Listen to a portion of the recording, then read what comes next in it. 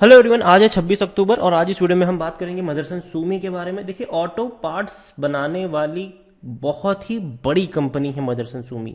और इंडिया ही नहीं, इंडिया के बाहर भी इनका जो बिजनेस है वो बहुत ही बड़े पैमाने में फैला हुआ है। शेयर में देखा जाए तो एक बड़े कंसोलिडेशन फेज से ये शेयर गुजर रहा है और वीडियो में हम उसके बारे में चर्चा करेंगे और ये भी डिस्कस करेंगे कि खरीदारी का मौका बन रहा है कि नहीं और कहां पर मौका बन रहा है। तो वीडियो को शुरू करूं उससे पहले अगर आपने अभी तक चैनल को सब्सक्राइब नहीं किया है तो प्लीज़ अभी इसे सब्सक्राइब कर लीजिए, क्योंकि आगे भी बहुत सारे वीडियोस हैं जो आपको काफ़ी ज़्यादा हेल्प करेंगे। तो आज के दिन में मदरसन सूमी 225 के आसपास ट्रेड कर रहा है। शुरुआती दौर में तेज़ी आई, वापस से टूट गया, वापस से तेज़ी आई। पिछले एक महीने में देखे तो एक महीने में इसने पैसा बनाकर नहीं दिया है। 3.5% की गिरावट है, लेकिन हर नीचे के लेवल देखिए 223 रुपए तक टूटा था, लेकिन वहां से दोबारा इसने रफ्तार पकड़ी, 250 रुपए से ऊपर निकला, वापस अब ये 223 पर ही पहुंचा। अब वापस ये दौड़ने की अब कोशिश कर रहा है और मेरे हिसाब से शायद ये तेजी जारी रहनी चाहिए। एक अच्छा सपोर्ट आप कह सकते हैं कि 223 रुपए के आसपास है इसका। एक साल का अगर हम ब्यौरा देखें तो 109% का इन्होंने रिटर्न बनाकर दिया है। 100 रुपए का शेयर था, तेजी बनी, गिरावट आई, तेजी बनी, गिरावट आई, फिर से तेजी बनी, ये टूट गया, फिर से तेजी की तरफ बढ़ रहा था, वापस टूट गया। तो अगेन देखो, ग्राफ अगर देखे तो भाई साहब ऊपर की तरफ जाता हुआ नजर आ रहा है। हालांकि थोड़ा बहुत डाउन में भी है अभी, लेकिन नीचे के तौर पर मेरे हिसाब से जो पहला सपोर्ट है इसका वो 120 125 के आसपास है और दूसरा 200 रुपए का तो बहुत ही स्ट्रांग सपोर्ट है। तो उससे नीचे जाना तो मुश्किल मुझे लग रहा है, लेकिन यहां से हर नीचे के लेवल पर खरीदारी के मौके जरूर होंगे। मदरसन सूमी आप देखेंगे तो 2 हफ्तों पहले भी एक खबर थी कि भैया इन्होंने 2 कंपनीज को अक्वायर किया था और कंपनी एरोस्पेस में एंटर कर रही है।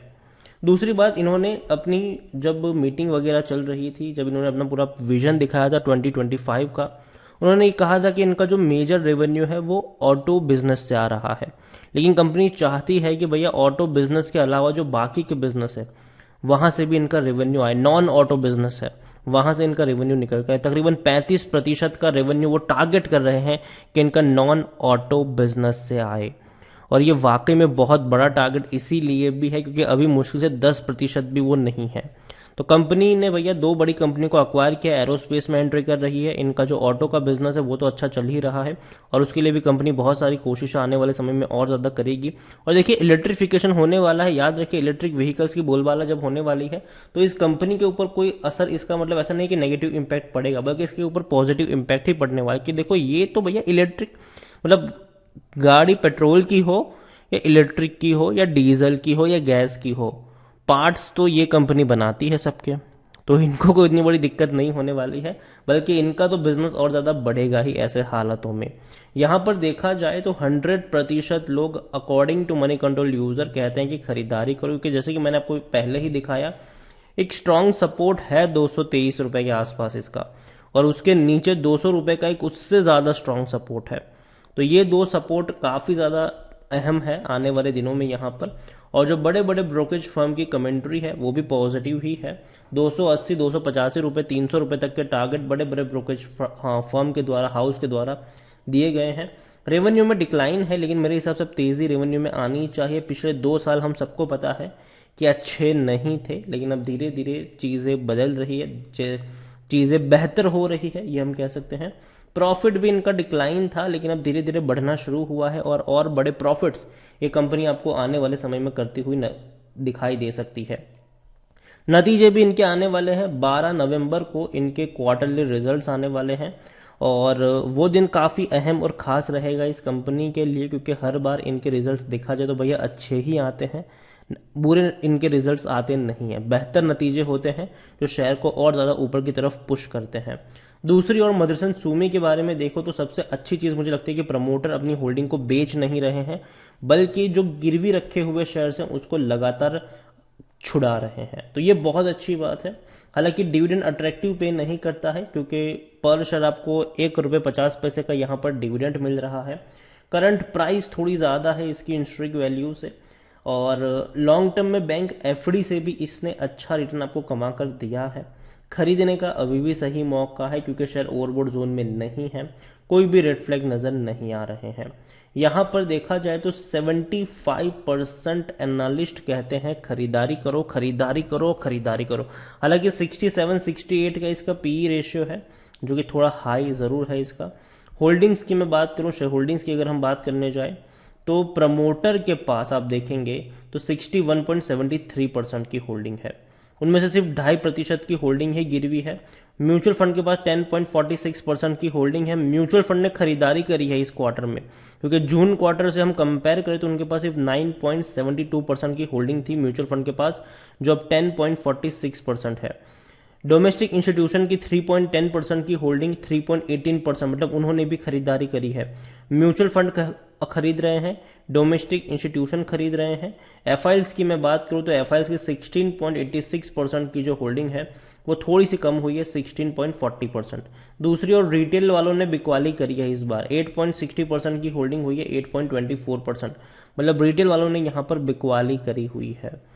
म्यूचुअल फंड खरीद रहे हैं, डोमेस्टिक खरीद रहे हैं, और रिटेल और एफआईएस ने हल्की सी बिकवाली करी है। प्रमोटर भैया जहां थे वहीं हैं, उनको कोई फर्क नहीं पड़ रहा है। तो देखिए अच्छी बात है, कोई बुरी चीज नहीं है। ये कंपनी में ऐसा कोई नहीं देखने को मिला है कि अच्छा कोई बड़े फंड हाउस खरीद रहे हैं और मतलब बेच रहे हैं और रिटेल वाले यहाँ पर खरीद रहे हैं, ऐसा नहीं है। सब लोग खरीद रहे हैं यहाँ पर, और इवन रिटेल वाले ही बिकवाली यहाँ पर करते हुए नजर आए हैं। देखो मदरसन सुमी को लेकर एक चीज मैं क्लियर हूं कि देखो मुझे इस शेयर को लॉन्ग टर्म के लिए रखना है, पहली चीज। क्योंकि देखिए डिविडेंड भले ही आपको ज्यादा ना मिल रहा हो, ₹1.5 का डिविडेंड सालाना मिल रहा है, लेकिन कंपनी जो बोनस पे करती है वो शानदार है।